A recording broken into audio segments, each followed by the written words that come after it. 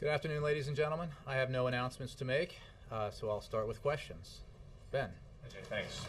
Two topics, please. I wanted to ask you about what the President's take is on this House Republican vote tonight on rejecting a debt limit increase unless there's big spending cuts. Does he think that this vote is a matter of substantive policy, or is this gamesmanship? Well, the President, as you know, agrees with members of both parties in Congress that we need to do something serious about deficit reduction. That is why, among many other measures that he's taken, he asked the Vice President to lead the negotiations that the Vice President is leading towards that end. And those negotiations have made progress, in our view, and we remain confident that there will be an agreement that will significantly reduce the deficit and answer the mail, if you will, with regard to those concerns that the President and members of both parties share. We also believe quite strongly that we have to raise the debt ceiling. There is no option to doing that. And that will happen because the economic impacts of not voting to raise the debt ceiling would be calamitous. Both will happen, we believe, and both are happening concurrently and in many ways on parallel tracks. So the President looks forward to an agreement on deficit reduction and to the Congress doing what it must do, which is vote to raise the debt ceiling so that we, as the United States of America, continue to honor our obligations and pay our debts. Okay, so but given all that, what is his reaction to what's happening on the House side tonight, and what kind of tone is he giving since this meeting? Well, look, I think the President is aware that members of Congress have, in various ways, including this one, expressed their opinion that there needs to be significant deficit reduction, and many have expressed an opinion that it needs to be linked to, rather the vote to raise the debt ceiling needs to be linked to significant debt reduction and deficit reduction. We have said and continue to say that we believe both are important priorities and both can proceed concurrently at the same time. So as we make progress on these talks that the Vice President is leading at the President's direction, we believe that an agreement is possible and we hope likely. And we also believe that regardless of any other development, the debt ceiling must be and will be raised. So he thinks that ultimately the President thinks he will get enough Republican votes to raise the Yes, yes, definitely. One other topic quickly, that President Karzai, as you know, has come out angrily about the NATO strikes and has said that he will no longer allow NATO airstrikes on houses there because of the civilian casualties. I know NATO has continued to express regret about how some of these have gone, but I'm wondering, A, does the White House think that the Afghan president can declare that? And B, is that something the United States would support? Well, as has been expressed, as you've said, by ISAF and others, we regret greatly the loss of life and especially any civilian casualties. And I think, as you know, over the past year, this administration, working with the military, has taken extraordinary steps to reduce the loss of innocent life in our operations undertaken by both ISAF forces and Afghan forces in coordination. And we will continue to do everything we can to reduce civilian casualties, working with President Karzai, working with Afghan forces as we continue this important mission. But can he make that call on the more NATO airstrikes, or is that a NATO? Well, look, we work in coordination with the Afghan government. We are in making sure that we have coordinated efforts with Afghan security forces. This is not, we do not operate in a vacuum in that country, and we'll continue to work with President Karzai on this important issue because we take very seriously his concerns and we share them. Karen. Jay, you just said that it would be calamitous not to raise the debt limit. When the President meets with Republicans tomorrow, does he have a new message for them, especially those that are skeptical that it really would be calamitous, about why it's important to do that? And what does he think about the skepticism that's been raised by some Republicans that this is really as serious as the administration has been suggesting it is? Well, we would point the skeptics to comments by leaders in the business community, by experts from all over the economic field. I think the evidence that there would be calamitous results to a failure to raise the debt ceiling is fairly compelling. I would point them also to President Ronald Reagan, who wrote then Senate Majority Leader Howard Baker in 1983. He said that the full consequences of a default, or even the serious prospect of default by the United States, are impossible to predict and awesome to contemplate. Denigration of the full faith and credit of the United States would have substantial effects on the domestic financial markets and on the value of the dollar in exchange markets. This is Ronald Reagan writing to the Senate Majority Leader, asking him to make sure that the debt ceiling is raised in 1983. The risks. Find that letter. I think it's available for as part of a historical record. The risks, the costs, the disruptions, and the incalculable damage lead me to but one conclusion: the Senate must pass this legislation before the Congress adjourns. November 16th, 1983. We agree with Ronald Reagan and many others that we cannot default on the full faith and credit. I'm sure we can, yeah. Full faith and credit of the United States. Is this the point the president wants to make tomorrow when he meets with the Republican Congress? I'm sure that he will, but he also, as he did with the Senate Republicans, will want to hear and listen to their ideas, their concerns, and the part of the process here that he thinks is very important is that that Americans rather expect their elected leaders here in Washington to come together and work out solutions to these challenges that we face, rather than talk past each other, solely talk past each other on television and in other forms. That it's useful to come together in the same room, talk and listen. So that's what he looks forward to doing. Will there be any press coverage of that? I think that's closed press. I mean, in part because we need it to be, and he wants it to be, an open and frank exchange, and not the kind of thing that leads to, that you sort of, we get every day in Washington, where one side goes up on TV and says something, and the other side goes up on TV shortly thereafter and says something else, and there's not a real conversation. And he looks forward to listening, as he did with the Senate Republicans. Yes, Jay. Jay, this morning, information from the Case-Shiller Home Price Index made it official that the value of residential real estate have reached a new low point since the Great Recession began. Home prices dropped by 5.1%, a level not seen since mid-2002. A decade's worth of home prices just vanished. Does the administration have any response to this news? Is there anything that can be done?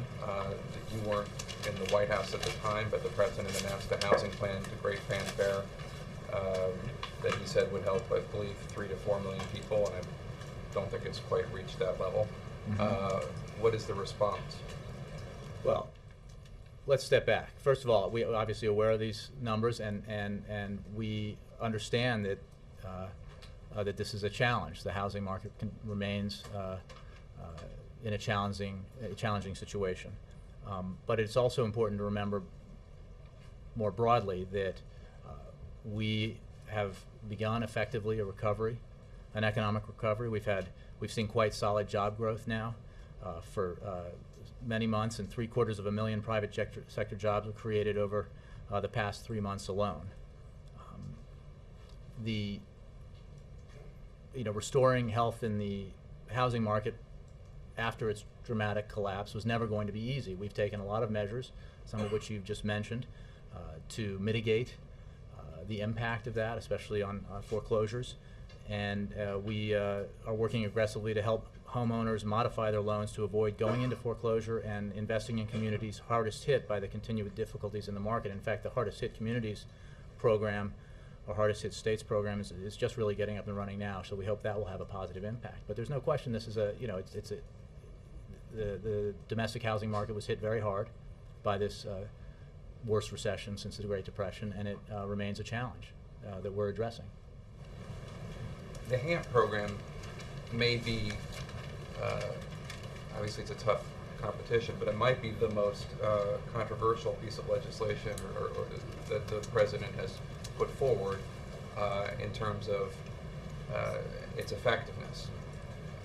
Obviously, there are other pieces of legislation that people might dispute that claim with, but there are a lot. The president said it would help, I believe, around 3 million people, and last I checked, it was under 1 million who would receive permanent home modifications. Is there any plan for the administration to try again, try something new, try something more effective? Well, look, we are implementing the foreclosure mitigation programs that we've already got in place, and over 600,000 homeowners have obtained permanent modifications to their mortgages under HAMP.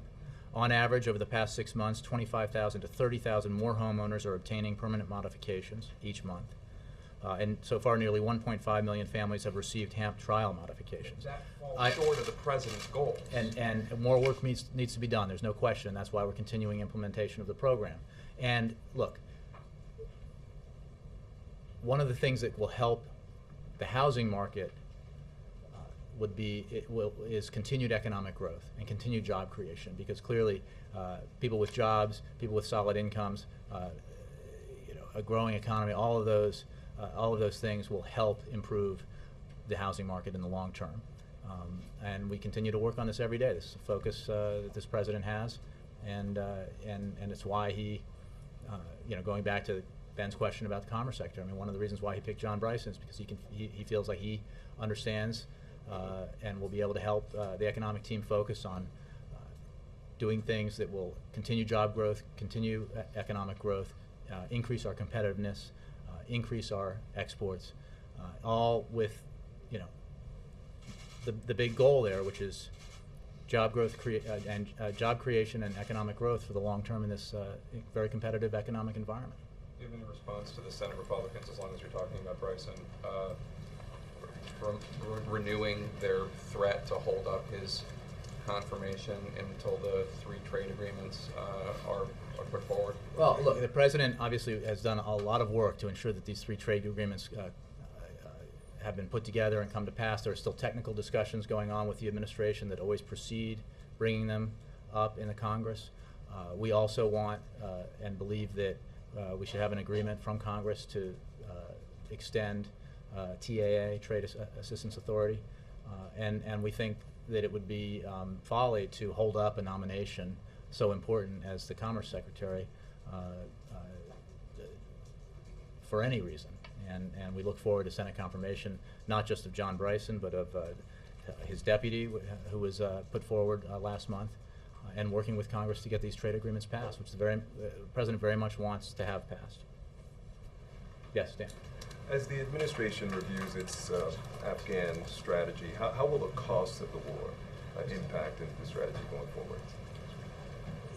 I think if you go back and review the record for when the President developed, through an exhaustive process, the policy that he has now been implementing on Afghanistan, the issue of, he didn't ask for a bill for how much it would cost. He wanted a policy that had the best chance of succeeding at achieving our goals, which were very clearly defined, which is to disrupt, dismantle, and ultimately defeat al-Qaeda, and to ensure that Afghanistan would not again become a haven for terrorists, and to take the steps necessary to make that come true. That remains, what the President has been doing since then is implementing this policy, obviously with his military and the rest of the administration. Part of that policy was to begin a drawdown in July of 2011. That will happen as the policy dictates. Another fact that he has discussed going back to the campaign is that we have to make sure that everything we're doing is done with a mind to the costs and effectiveness. And I think that applies to military endeavors, national security endeavors, as well as domestic endeavors, domestic economic endeavors, for example.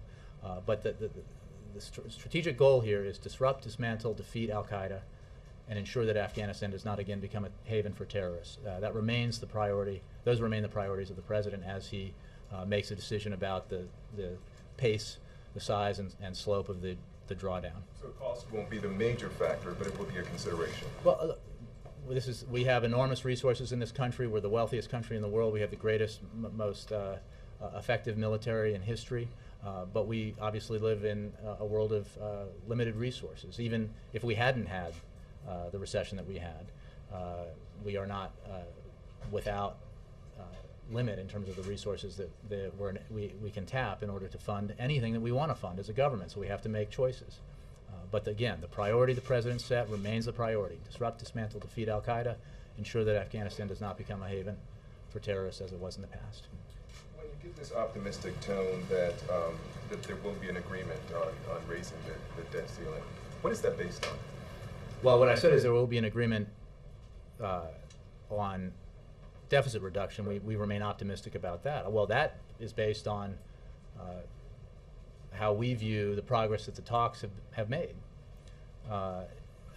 And in terms of the debt ceiling, we also believe, as members and leaders of Congress of both parties have said, that it has to be raised because the effect of defaulting on our obligations as the United States of America would be calamitous to the domestic economy and to the global economy, and that would mean that would hurt growth. It could reverse the recovery potentially. It could definitely have an impact on growth and definitely have an impact on job creation.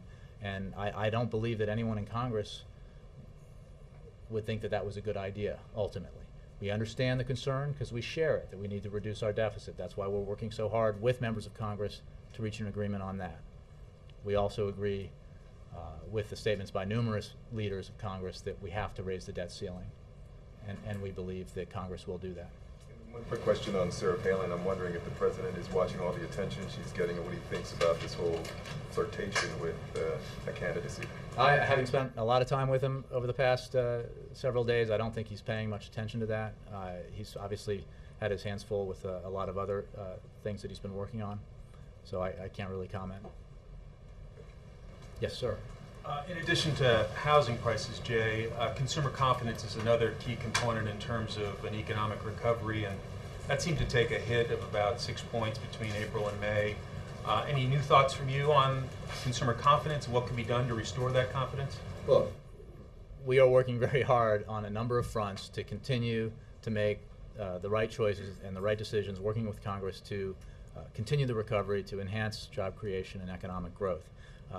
And I cited earlier the positive numbers that we've had recently in terms of growth and job, and most importantly, private sector job creation. There is no question that we have seen some temporary impacts in the data from disruptions stemming, for example, from the crisis in Japan and other temporary factors. And obviously the impact that higher gas prices has had and energy prices have had has been felt by families and businesses. But we remain optimistic about, as private economists say as well, that we'll continue to see economic growth, that we're moving in the right direction. Most independent forecasters continue to project solid growth for the second half of this year. We agree with that. It's consistent with our administration's predictions. And you know, I would note simply that the private sector has created more than 2 million jobs over the past 14 months, and nothing is more important than keeping that going. On the Commerce nominee, Darrell Issa, who's from California, says about Mr. Bryson that he's a founder of an organization that opposes efforts to increase domestic oil production, and questions whether that's the guy you want as a key advocate for our economic interests. Do you have any response to that? Well, I would simply say that the President sets policy, and the President has made very clear that he wants to increase domestic oil production and has taken measures to do that in a safe and responsible way.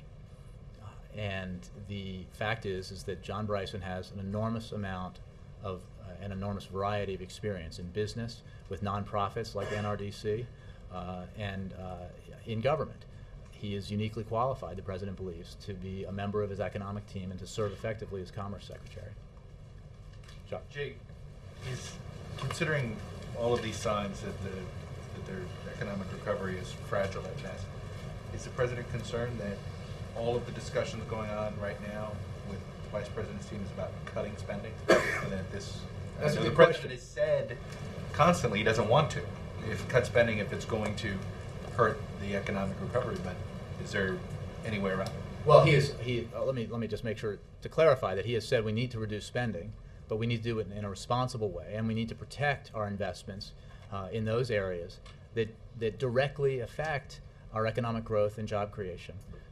Investment in innovation, in education, in infrastructure, the things that will drive job creation and economic growth in the 21st century. So you bet that in his discussions with the Vice President's negotiations directed by the President with the members of Congress, but that we are very insistent that we protect those investments that we believe go right to the heart of the matter here, which is to continue economic growth and continue job creation. If it looks like Well, this thing is no, he believes heading that- off in the wrong direction all of a sudden? in terms of overall, Yeah. no, he believes that we need to reduce spending. That's why he's taken measures already to reduce spending, both in the budget deal that he reached to fill out the fiscal year 2011 with Congress, with his passage of the Affordable Care Act, which, as you know, is a significant deficit reducer, both in the near term and the long term. And he's committed to that because he believes that getting our fiscal house in order is important to our economic growth and to our job creation. But you have to do it in a balanced way, and you have to be mindful that you don't want to take steps that reverse the progress that we've made. That goes to raising the debt ceiling, and it goes to some of one of the reasons why the President opposes the Republican budget, House Republican budget, because he believes that it would be it would have a negative impact on seniors, and others, and have an overall negative impact on the potential for growth in the economy. Is the White House pleased that there's a clean vote on the debt ceiling happening today? Look, I mean, this is something you guys called for a month ago. No, Now I they're doing it. understand that. We are pleased by the progress we're making in the negotiations led by the Vice President on deficit reduction. We understand and we share the concerns that members of Congress have about the need to reduce our deficit. And a number of members have said one has to be linked to the other. We believe they should not be linked because there is no alternative that's acceptable to raising the debt ceiling, but we are committed to reducing the deficit. That's why we have moved so aggressively and seriously with these negotiations, why we're encouraged by the fact that they have produced positive results so far. What about today's vote? Is it a useful exercise? You guys can decide whether it's useful. I think that you to can us, I mean, is it useful to you guys? it's fine. It's fine. I have a quick, any comment, charges are being filed against KSM today and 4 others down in Guantanamo. The military is being refiled. Any comment? I don't have about any. this yet? No, I don't on that. Sorry. Ms. Mecca? Thanks.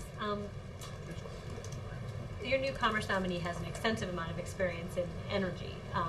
Is the President going to view him as part of his energy team as well as part of his business outreach and Well, the President believes that they shouldn't be separate to begin with, because as you know, I mean, energy is a major issue in general economically.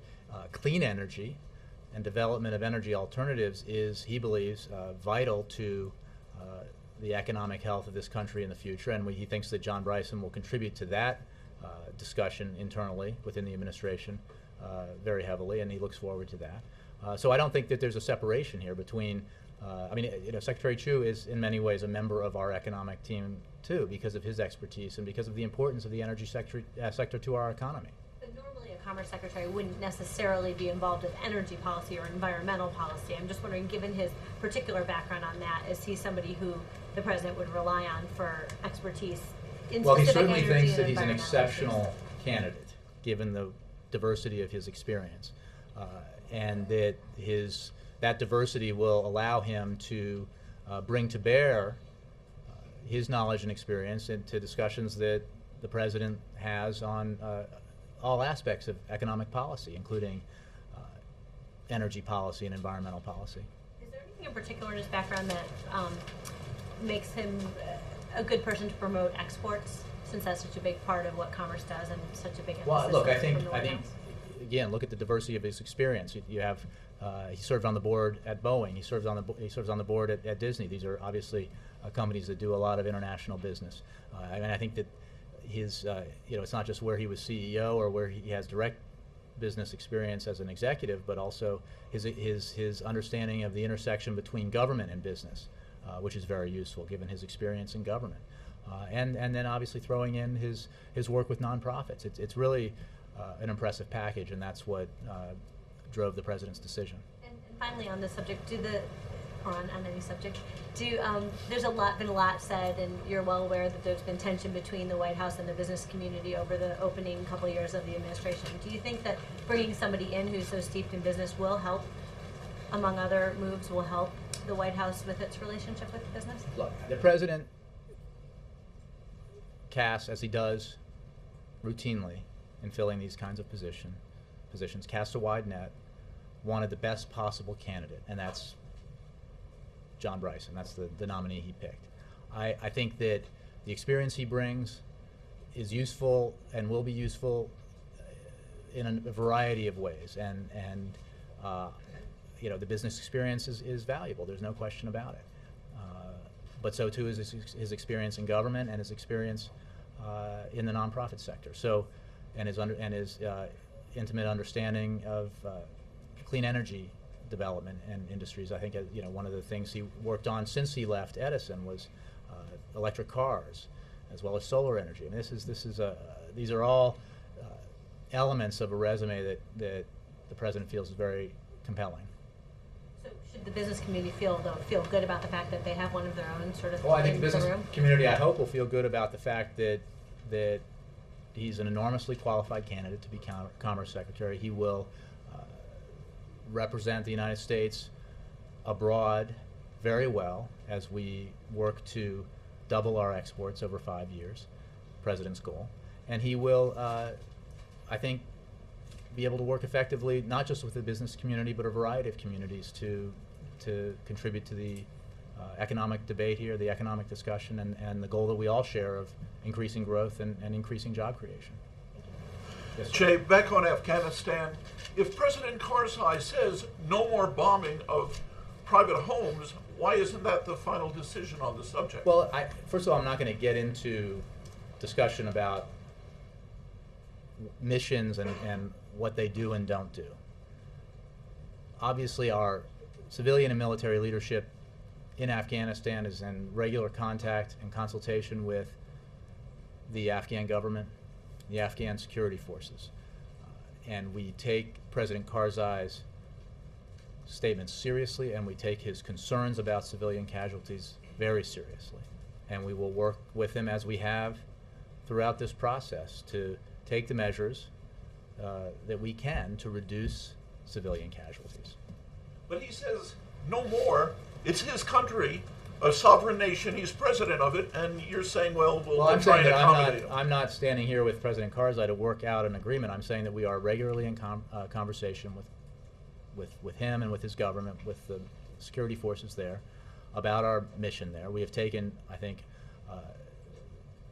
serious steps to reduce civilian casualties, and have done that, and that has been effective.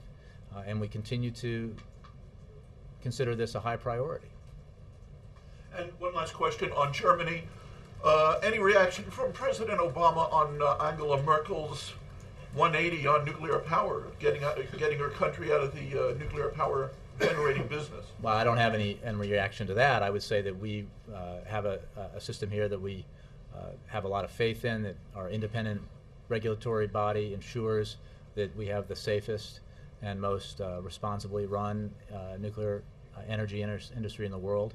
And the President remains committed to nuclear energy as part of his clean energy agenda.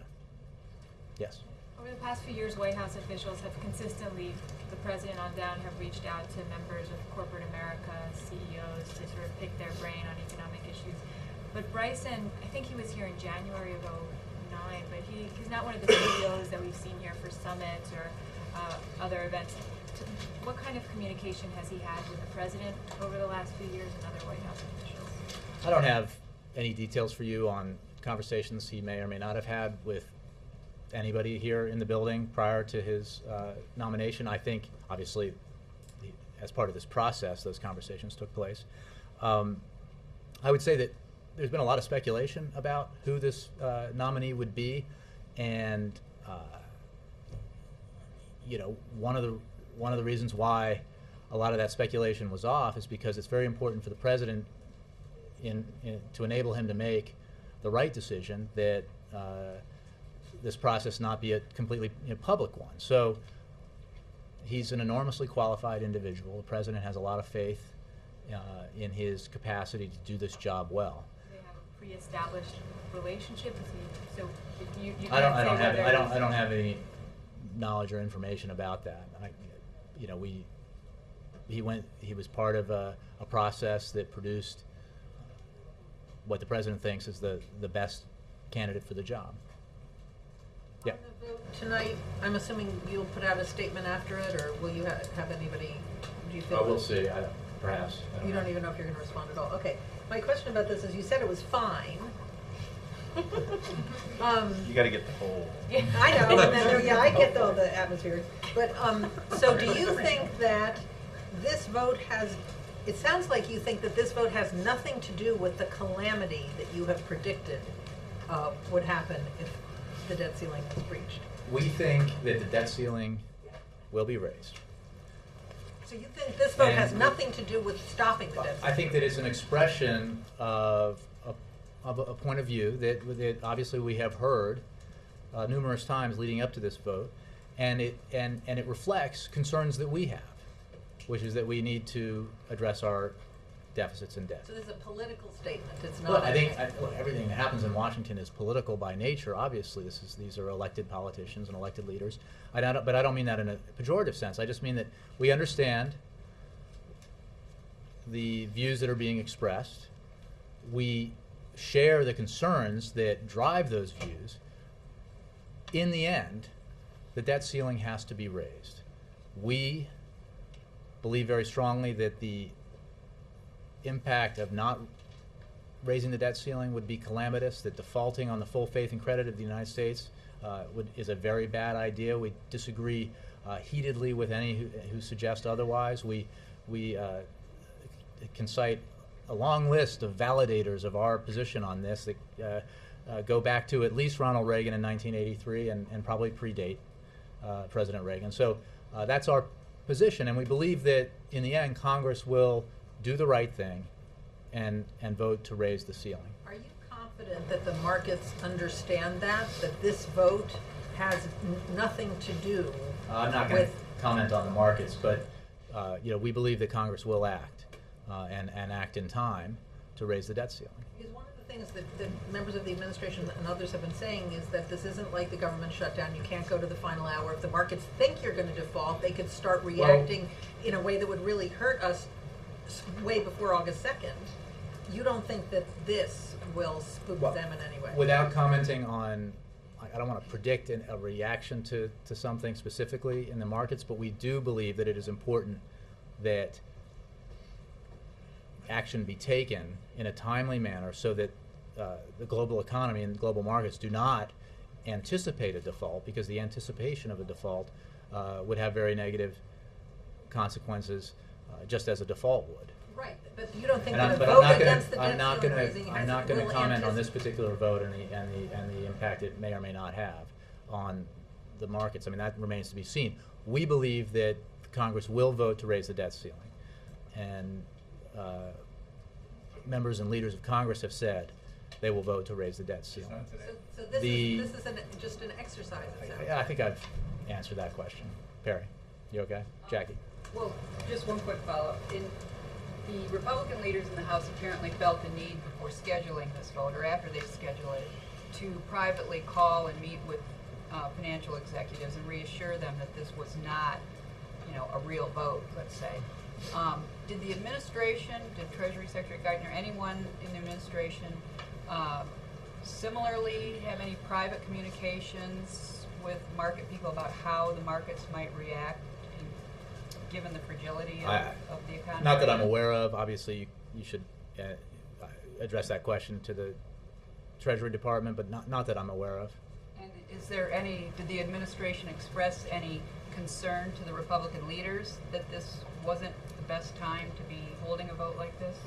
Or the right? Well, specifically with regard to this vote, I'm not sure. We have obviously expressed our concern about the folly of suggesting that we don't need to raise the debt ceiling, and the harm that would be caused if there were a perception created that Congress would not eventually raise the debt ceiling in time. But I don't know of any communications specifically related to this vote. And that may be in part because we were all traveling last week, but I'm not aware of any Can you say, on Bryson, can you say anything about how his name came into the mix and whether or not he's close acquaintance or friend of Bill Daley, given that they were both on the Boeing board together? I don't know about any relationship. I mean, obviously the chief of staff played a big role in the search for this nominee because he's the chief of staff. He also happens to be a former Commerce Secretary himself. But I don't know about the extent of their relationship. Do you know whether he threw the name into the mix? I don't. Yes, sir. Jay, what do you think of Assad's amnesty for all political prisoners? I have not seen that, so I can't react. Yep. Thanks, Jay. I have two quick questions. First of all, a journalist for Andrew Breitbart's Big Sites says that a University of Arizona source told him that the slogan for the January Memorial in Tucson, Together We Thrive, came from conference calls with the White House and internal meetings. But in January, the White House said they had no involvement at all with the T-shirts. Do you stand by that? I don't even know about the report you're talking about, so I don't have a comment. Give me something on that later if I email you? If there's something, but yeah. And my second question, based on his what he said and his actions, I think a reasonable person could conclude that President Obama believes in the right of gay couples to marry. So why hasn't he come out and said that? Well, the president has said in the past what his position is. It hasn't changed, and if it changes, I'm sure he'll let you all know. Last time we checked, he said it was evolving. And He's that's, thinking about it. I have no update for you on that. Yeah. Thank you. With this withdrawal or draw down troops in Afghanistan next month in July, are we moving towards what might be called the Biden plan, where we move away from sort of a counter-insurgency strategy, the nation-building strategy, and more towards a counter-terrorism strategy, where we have a smaller footprint and are less worried about sort of building up Afghanistan as a nation than countering terrorism where and how it can. What we're moving forward with is the Obama plan. And that is the strategy that the president put into place after the review, the policy review, and it continues to be the strategy. And it has never been one or the other. It has always been a comprehensive plan aimed at disrupting, dismantling, and defeating al-Qaeda and ensuring that Afghanistan does not again become a haven for terrorists. Part of that plan was, from the beginning, to begin a drawdown in July of 2011. So the fact that we are almost upon that date and the president will, as promised, begin the drawdown on that date does not reflect a change in plan. In fact, it reflects consistency. It reflects implementation of the decision he made when he announced the plan. Yes? Jay, earlier this month, Senator Tom Harkin endorsed the idea that the president issued an executive order mandating that the federal government only contract with companies that have non-discrimination policies for their gay and transgender workers. Harkin joined Senator Jeff Merkley and Colorado Congressman Jared Polis, who also said they welcome this order from the president. In the wake of these endorsements, is there any consideration at all in the administration to issuing this directive? Not that I'm aware of. I don't have anything new for you on that. But does the president take heed when someone like Tom Harkin, who helped the president out early on during his White House bid in 2008, does the president take heed when Tom Harkin calls on the president to issue such an order like that? Well, I'm sure the president always wants to hear what Senator Harkin has to say on a variety of issues, but I don't have anything for you on that particular one. April. Jay, I am going to ask you about a prediction. As the vice president is leading these budget reduction meetings and all the numbers are crunching, we're seeing them come out with large files, stacks of papers in their arms. We know there are number crunching efforts going on. When will the dust settle? What is the prediction for when the dust will settle? After the job cuts, and when the American pocketbook will see relief after all these budget cuts, and even if you want to throw in the raising the debt ceiling, you can. You mean when will the middle income pocketbook see relief after all the dust is settled, after all the budget cuts with the deficit reduction, all the measures that they're going to push through? If you mean when will the job be finished in terms of full recovery of the economy? I'm talking about when people will be able to breathe again financially. When they Well, I think that is the job. right? I mean, That is the job, but the when do you focus, and this is what the president's focused on every day. And primary beneficiaries of the relief provided in the Recovery Act, of the tax cut deal that the president made with Republicans at the end of last year, has been the middle class. And he continues to focus on, as he talked about during the campaign, that the decade of squeeze that the middle class experienced, even as the economy was growing prior to the recession. While incomes were growing on the upper end in the first decade of this century, middle class incomes were stagnating and in some cases shrinking. And that remains the president's primary focus when he talks about economic growth and job creation is growing the economy for the benefit of all Americans and creating jobs, the kinds of jobs that pay well in industries that stay in this country and help fuel this economy in the 21st century. Let me take one more stab at this. Okay, government programs, funding to government programs will be cut after this process. Also, jobs will be cut. Many jobs will be cut because of this. When do you... Well, I don't know that jobs will be cut, but go ahead. When do you expect that there will be relief? People will say, okay, the worst is now gone. The worst storm is over. When is the prediction of the White House? I think the job of improving the economy in the U.S. is never done, and this president will be working on that through the last day that he serves as president. The fact is that we are in a better situation, a far better situation now than we were when the president took the oath of office, January of 2009. But work remains to be done. And as he works with Congress to reduce the deficit further, to get our fiscal house in order, he has as a primary focus the need to protect the investments that will allow us to grow and create jobs going forward. And that's also as a primary focus in terms of seniors, the disabled, and others, that we not take measures in the name of deficit reduction and debt reduction that are unbalanced and do not distribute the burden as well as distribute the prosperity that we believe will come. And let me, okay. Yes, sir. Thank you, Jay.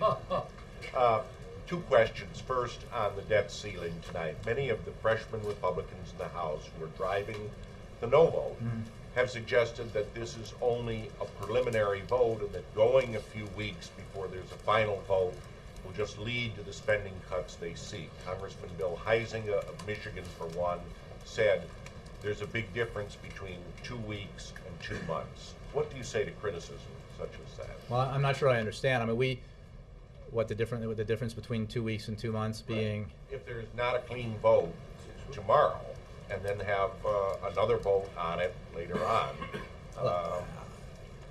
All I can say is that the deficit, the debt ceiling needs to be raised by something close to a date certain, as we all know.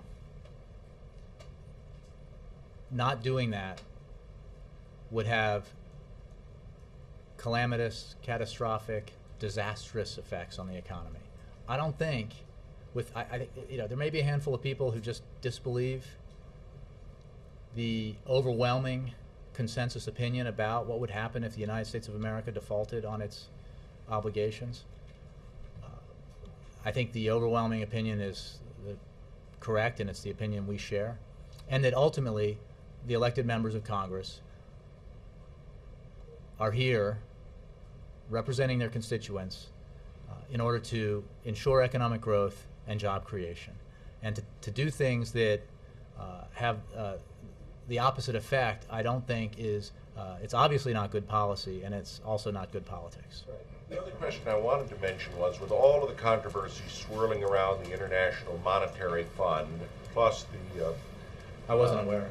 Yeah, the tardiness in Greece making some of the reforms it was talking about, Congresswoman Kathy McMorris Rogers, the vice chairman of the House Republican Conference, has offered legislation that would roll back and limit the $100 billion credit line the U.S. has with the IMF, and particularly keep U.S. tax dollars away from European bailouts.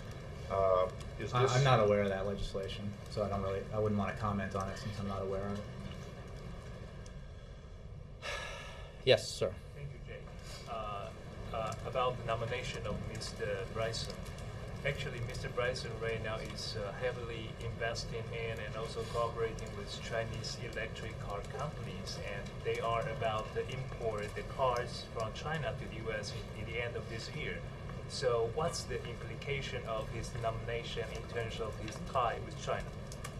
Well, in terms of any relationship he has, either by serving on a board or in any capacity with companies of any sort, he has to follow the same procedures that any nominee for this kind of position would have to follow, which is, resign that position and in the case of at least Boeing and Disney, not have to recuse himself from any particular matters that might come before him as Commerce Secretary. I don't know about the specific area that you just mentioned, but in general, like any other nominee, he has to follow those procedures. So the president thinking about his experience in China will help his. But I think the president believes that the wealth of his experience in a variety of industries and in a variety of capacities, both in the private sector and the public sector, comes together to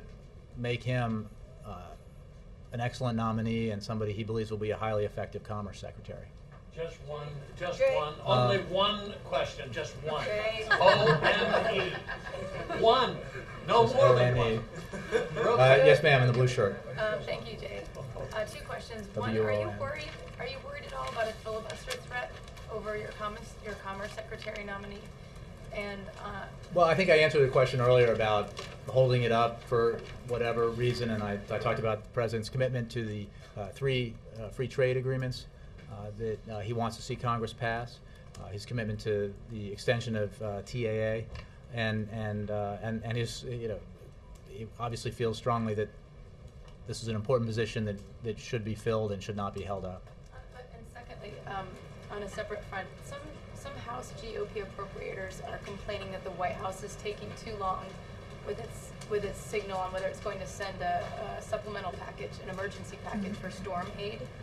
And I'm wondering if you have any updates on if the White House, if the administration is going to send a request for emergency funding for the storms. I plead ignorance on that one. I don't have indication. US News and World Report. Victoria, last one. From US News and Jay, World Report. the climate talks apparently are going fairly well, but there's a big obstacle, big stumbling block, which is that the Republicans say that taxes have to be off the table, and Vice President says that taxes should be on the table. What is it that the White House can do to bridge that gap somehow, if indeed you're going to move forward? Well, without getting into the details of those negotiations, because I think part of the reason why they've been effective is that the participants feel that everyone's negotiating in good faith and keeping that process running by not divulging every detail the minute the meeting ends. I would just say that our position is well known. We believe that long-term, serious, deep deficit reduction and debt reduction has to come in a balance, with a balanced approach that includes looking at tax expenditures as well as entitlements, as well as discretionary spending, including defense spending. And we don't expect that we will resolve all of these difficult issues in this process necessarily, but we can certainly reach agreement on areas of common ground where people, as I've said in the past, where people come in there and negotiate in good faith and understand that neither side is going to get 100% of what it wants. And Offer them to bring them.